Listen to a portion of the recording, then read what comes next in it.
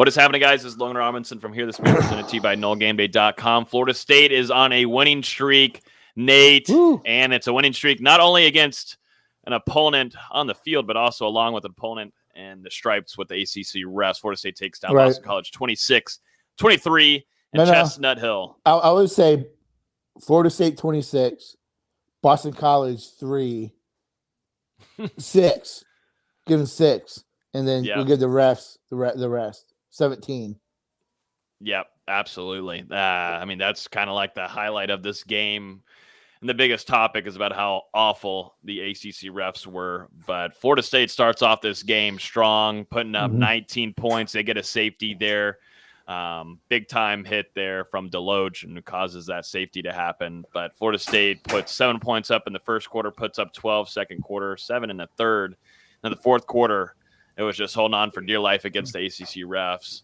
The majority of that. We got to hear all about Flowers on Boston College. Had about a mini documentary about every other minute there from the ACC network. Nothing better than them, we all know. Should have been a fumble, too, from Georgia. Yeah, I missed that. I was in transit.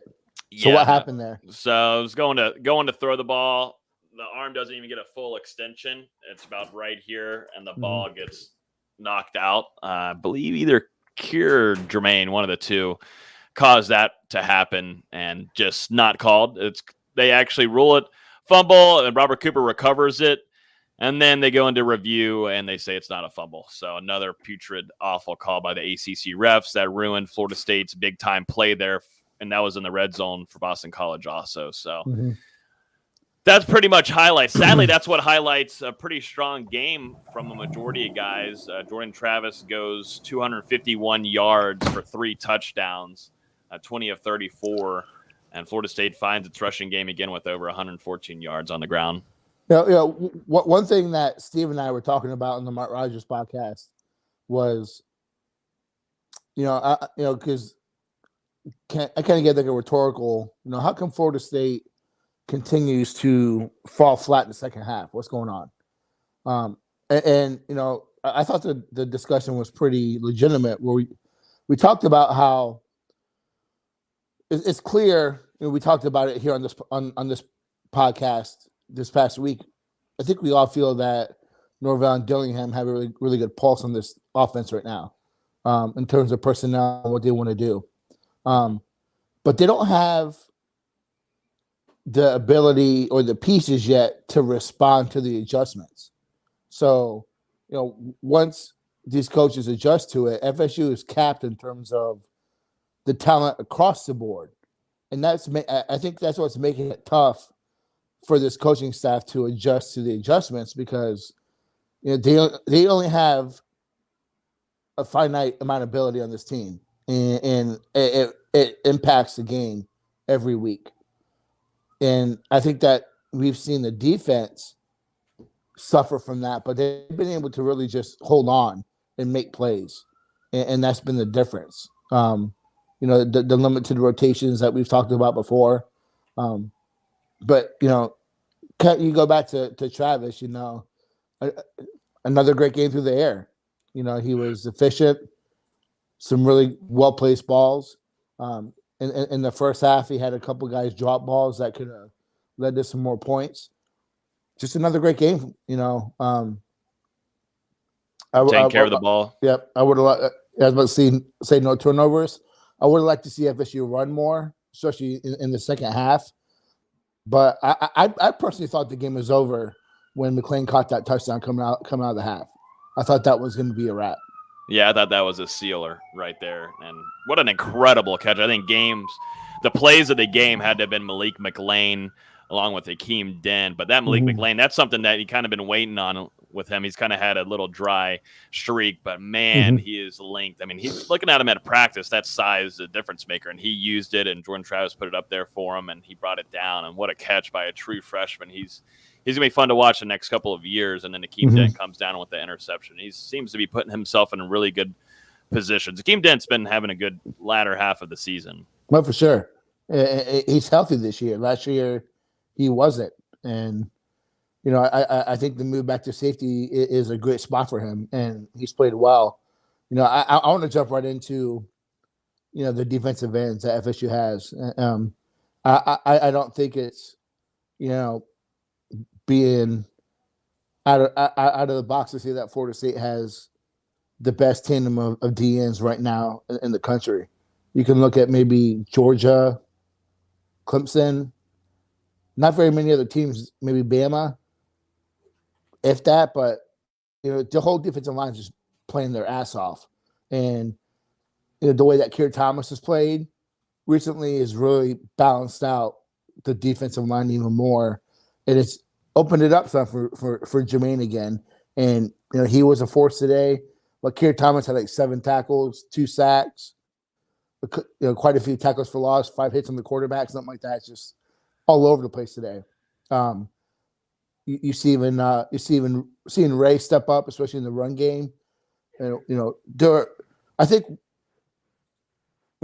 over Dustin and Austin, I think you and I really hammered the loss of Briggs early in the season. I think you and I were more concerned than the other guys about it, but those guys have, Fabian's taking another step.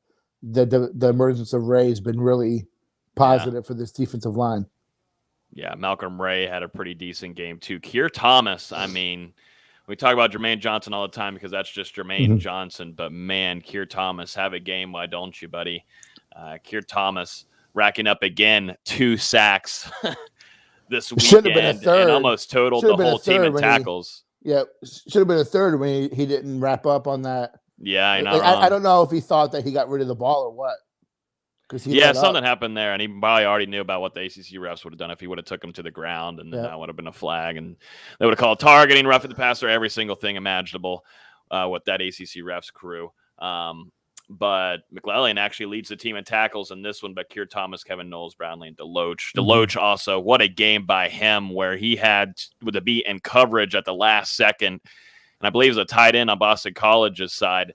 And it looks like they're going to make a big gain there. And he, just in the nick of time, is able to make a PBU on the ball. Yeah, it's on that same play where Keir didn't sack Djokovic. He same play. And he came in like a missile on that safety, man. He read that so well. And perfect form tackle. He tackled right through that running back, man. Put his ass to the ground. Yeah, he did.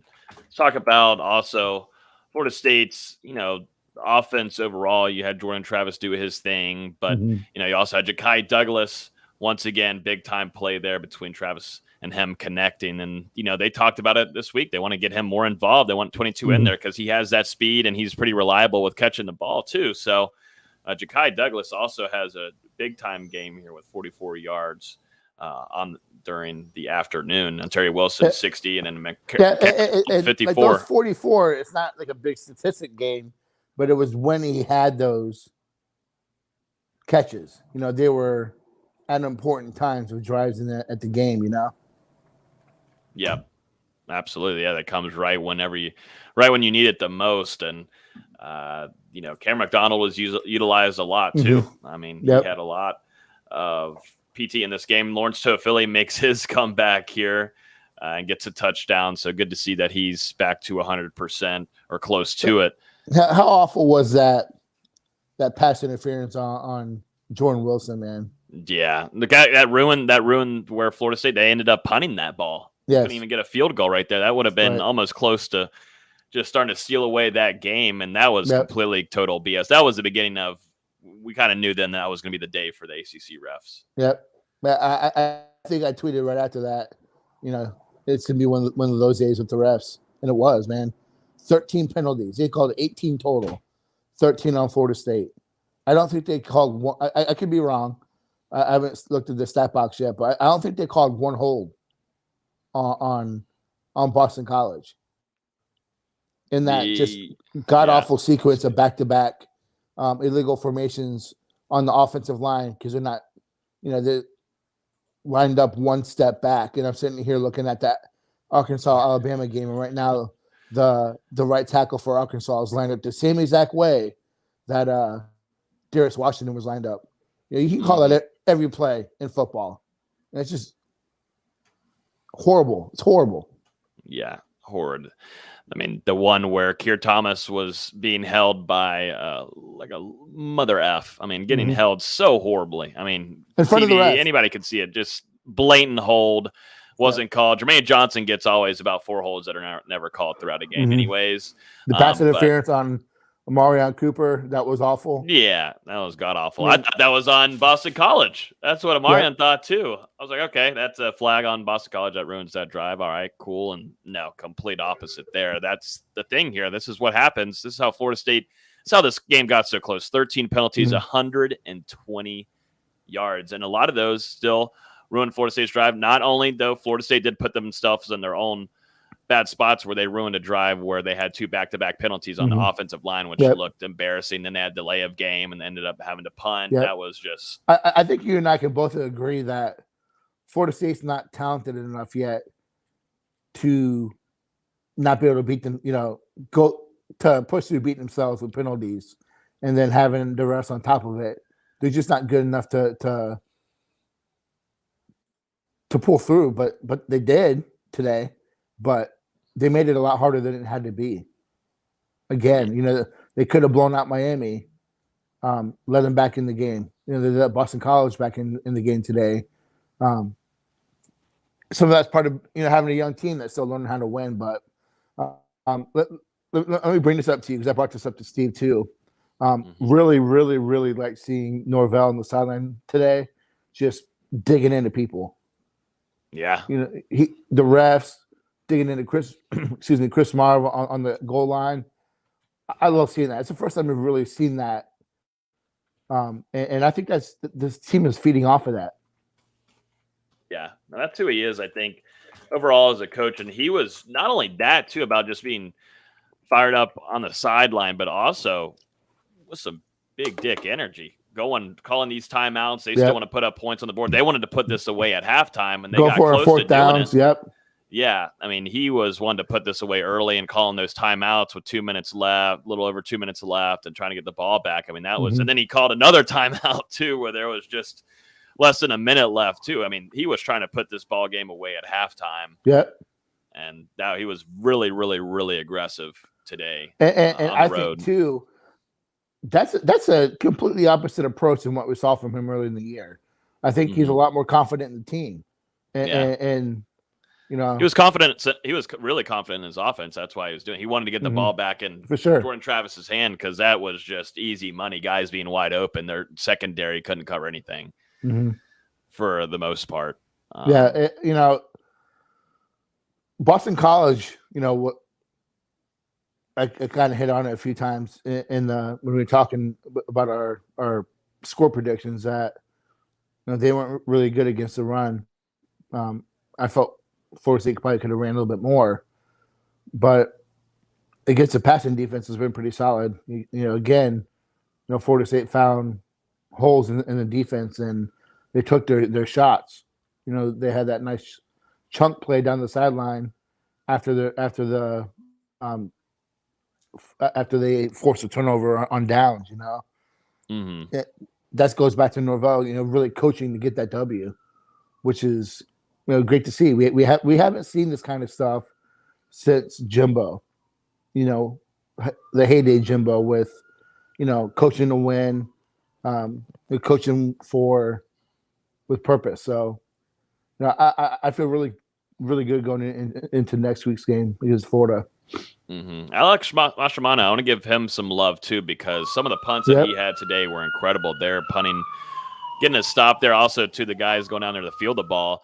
Yeah, but he had some great punts, pinning Boston College back and deep into their 5 there and out to the 1 too. I mean, he's just incredible to see overall. But today, maybe overall the best special teams game in terms of punt return, kick return was okay. Their kick return defense was probably the worst of it. Yeah, but I don't know what the hell that kick was after they went up after that first touchdown at the second half. I don't know what that was, but yeah. I mean, overall, man, I think you have to like where this team is at. We were talking after 0-4. Does this team win a game? We talked about after they beat Carolina. okay, maybe they get to 3. Now we're talking about them having what I feel is a better than 50-50 chance of getting to the 6-win plateau and getting a bowl game. Yeah, no, exactly. It's crazy. It's wild that the ups and downs, but the uprise, that vertical trend that you're seeing for Florida State right now. And, you coming off of a Miami game too, emotional win, thriller there, and you could easily just ride that wave and just go into this win. We saw that. We saw where they almost beat Notre Dame, and then they just did not even show up for the Jacksonville State game whatsoever. And so they're learning, they're progressing, and they're getting better in that shape. And that's what Norvell has wanted to build, is that culture, getting better at that, responding. He keeps saying that. He said it 80 times during the interviews today. Response. Yeah. And you look at 0-4 now, they're 5-2 in their last 7. Have a chance to there's a chance of finishing the season 7-6. You get to a bowl, and to wrap that season up with that record. There's a lot to be positive about the direction of the program. When there was a lot of questions at 0-4 in terms of, is Norvell the guy? Who needs to be fired?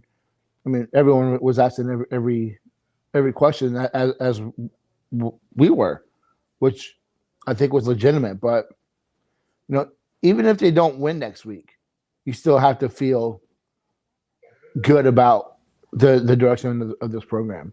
And I'll end it off here too with one of my points is that, Florida State, we were thinking offensively and defensively during that first half, you were able to see what Florida State can really do. It can be lethal almost and put away games at the half against a good opponent, but they still struggle to doing that in 4 quarters. Wait until Florida State can do this offensively and defensively in 4 quarters and see what this team can do. That's what the promise is there. That's an optimistic thing to think about. I saw someone say on Twitter, this team plays like Memphis did with Norvell. What's the problem with that, man? His last year, they were undefeated for most of the season. If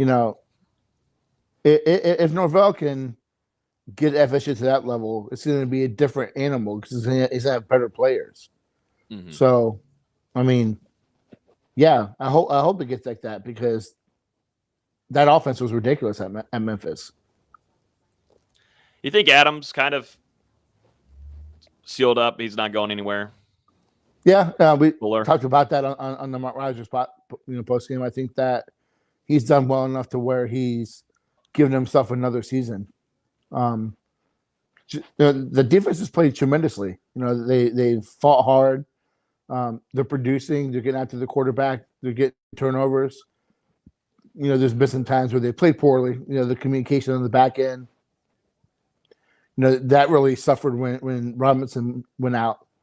You really saw a drop off there today. It's not perfect, but I think he's done well enough that he deserves a chance to go into next year. And then you see where you're at that point, because, as much as, I think you and I have been kind of drumming that drum about a change, but also too, if you look at the players' point of view and this program, how much will continuity, how much of a benefit would that be?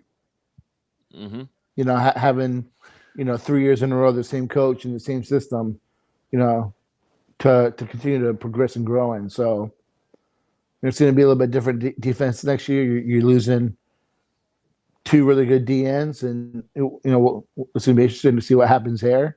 But I definitely think he's probably locked himself into another year. I believe so too. After watching today in the last couple of weeks, Dustin saying what's up all the way up there from Boston. He went up there and got his win. Hopefully he's drank a beer by now. Hopefully, I don't know. Please, if any of his friends will listen, and make sure that you get him a sweaty lumberjack shot. Sweaty lumberjack shot. I was going to mention just one last thing too for Jamie going out. Malik McLean came in and led the team in tackles, so it's good that you could substitute, and you still miss Jamie. He's one of your best tacklers on the team overall. I thought, he had the most tackles, but I think if you rewatch the game, you're going to see where he was out of position a lot. Even on goal line situations, he was wrong run fits, filling the wrong holes. So, I think that you look at that stop box, you have to take a little bit into consideration if you watch him play and how much. He didn't necessarily struggle, but he took himself out of a lot of plays. Mm-hmm. So, but luckily you have Robinson back next week, which you're going to want. Florida State will be there to give you guys full coverage to potentially be the ending to the season, or could it not be? Do we extend here and have full coverage head into later in December? We'll see. But Florida State takes down Boston College 26-23. Florida State will face the Florida Gators next week at noon. Can't wait. It's going to be a fun time. Nate, you sure you don't want to go? No, I don't. I can't. Gainesville. I mean, my situation at work right now. I would love to, busy. But running short. So first thoughts heading into it. I think you got to like where it's a style matchup where FSU can have a marked advantage running the ball against that Florida defense.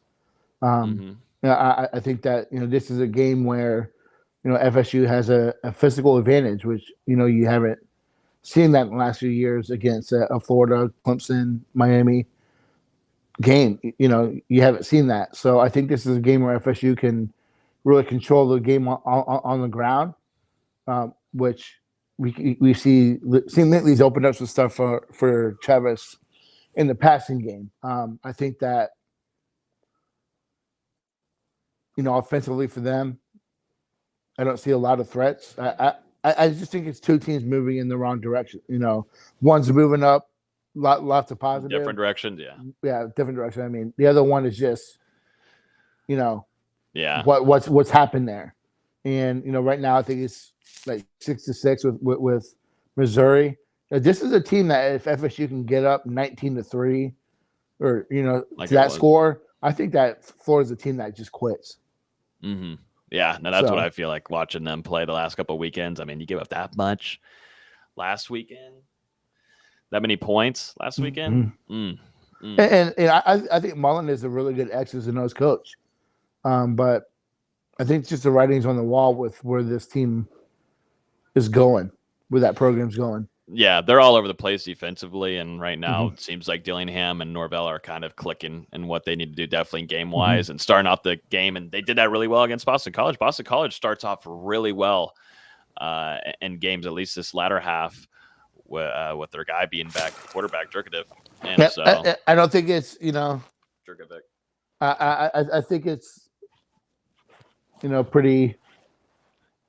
It's going to be interesting. I think it's an honest assessment to say that this is probably Norvell's most important game. Get to bowl eligibility, to beat Miami and Florida. It's huge. This team's got to be ready, man. Yep, they have to be.